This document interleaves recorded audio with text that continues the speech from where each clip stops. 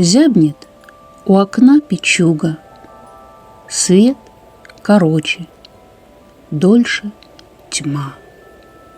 На Руси мороз да вьюга, где они, там и зима. День за днем подвой метелей бьется в двери снежный рой. Подружились до капелей дом родной и дым печной.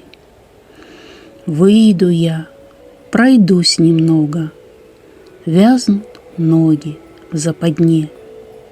Потеряла путь, дорога, пропадая в белизне. Та прогулка не причуда, что найду, то не отдам. Вдруг, как будто ниоткуда, предо мной в сугробах храм.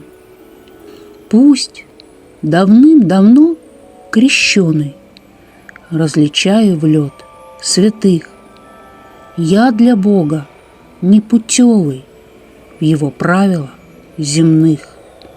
Вроде верую я, Боже, все равно открыться рад, что мне Родина дороже золотых небесных врат, что душе свободной святость, что мечте крылатой рай. Никакая в жизни радость не заменит отчий край.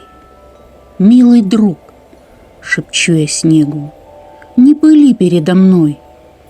Если быть еще ночлегу, я пойду скорей домой.